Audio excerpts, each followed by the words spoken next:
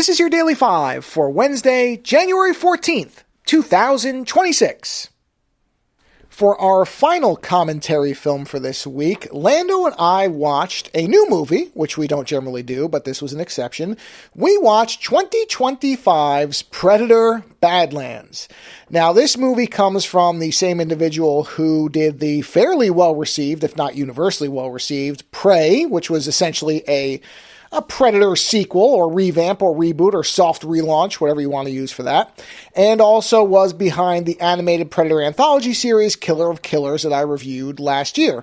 Both the live action and animated films I enjoyed quite a bit, and honestly, I wasn't initially all that interested in this film because what I had read was it sounded like the idea was to do something a little different with Predator.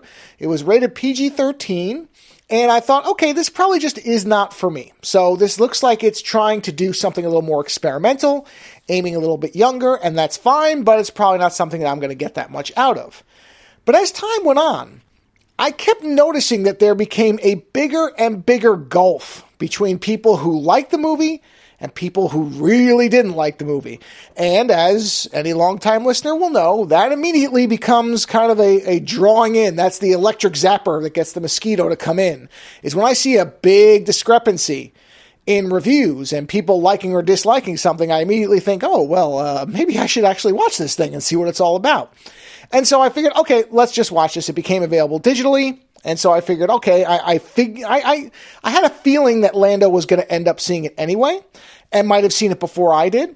But I thought, okay, let's just watch this thing and we'll kind of hit this thing together and we'll see if it's something that either of us really appreciates. And I'm happy to say both of us had a really good time with it. I think Lando in the commentary says it might be his third favorite Predator film after the first two.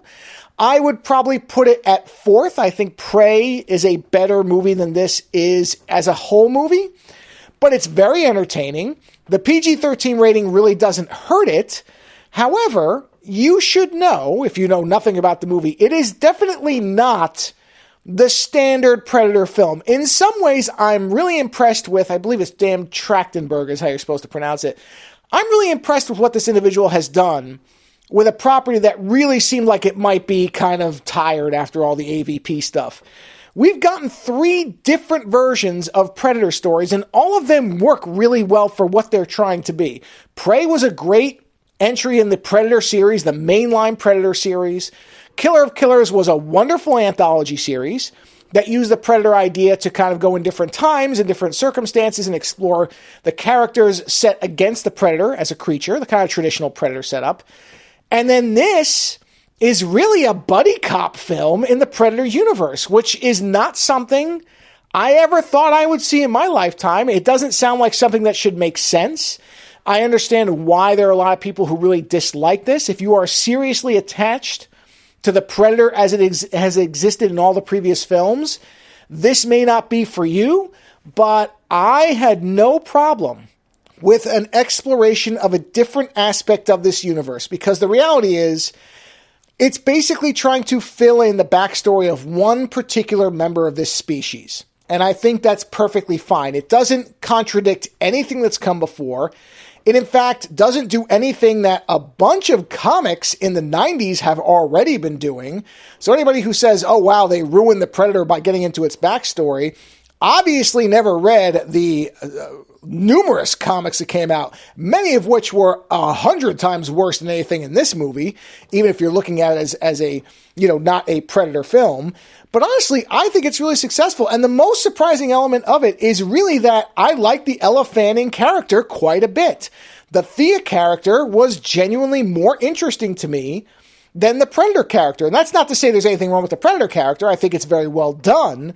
But she just played a really wonderful Weyland-Yutani android in a way that I don't think I've ever seen in any of these films before. It's not an android like we've seen in any of the other movies where there have been those androids before, and I think that's to the movie's benefit. So overall, look, if you just want another Predator film where it's Predator hunting people, yeah, I'm sorry, you're going to be let down. That's not what this movie is. That's not what this movie's trying to be. So don't watch this if that's what you want. But if you want to see a Predator film where they're trying to do something interesting and new and different, then Badlands might be exactly what you're looking for. Later.